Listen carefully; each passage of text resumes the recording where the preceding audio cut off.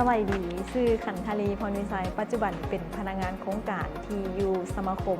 ภายใต้องค์การจัดตั้งทางสังคมลาวสบายดีชื่อเท้าเพชรสมานขันธวงศ์ตอนนี้เป็นนักศึกษาอยู่ที่สถาบันวิจิตรศิลป์แห่งชาติเหตุผลที่ตัดสินใจสมัครทุนนี้เนาะเพราะว่าอยากเรียนรู้วัฒนธรรมหลายๆประเทศอยากเปิดความคิดของตัวเองอยากออกไปเรียนรู้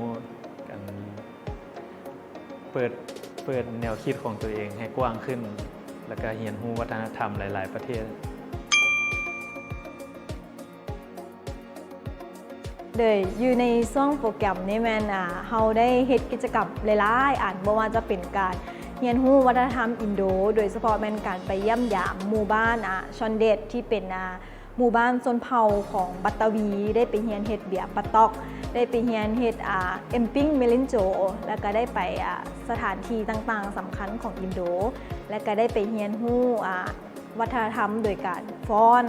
แล้วก็ได้เรียนรู้เกี่ยวกับเวลาที่คนจะแต่งดอกคนอินโดจะแต่งดอกได้มีพิธีกรรมอีหยังแน่และนอกจากนั้นอันที่สำคัญที่สุดแม่นเฮาได้ไป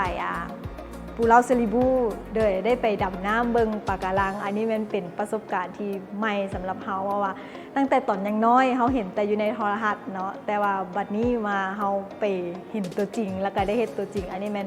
เป็นสิ่งที่เป็นความทรงจำให้เฮาและเฮาก็บ่เคยลืม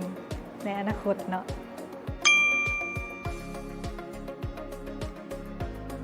โดยก็อยากเชิญชวนทุกคนเนาะที่สนใจในโครงการนี้เพราะว่ามันเป็นโครงการที่ดีหลายสำหรับทุกๆคนที่ได้เข้าร่วมจะได้เรียนรู้วัฒนธรรมของอินโดนีเซียเนาะแล้วก็จะได้เรียนรู้วัฒนธรรมจาก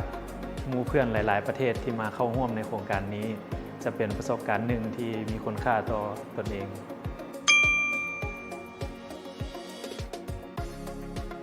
อยากขอบใจผู้ที่จัดสโคลาชิพนี้ขึ้นและก็ขอบใจที่ขาดบ่ได้กับแมนสถานทูตอินโดนีเซียที่ให้โอกาสเฮ็ดให้ความฝันของเขาเป็นจริงเพราะว่าความฝันตัวนี้คันเฮา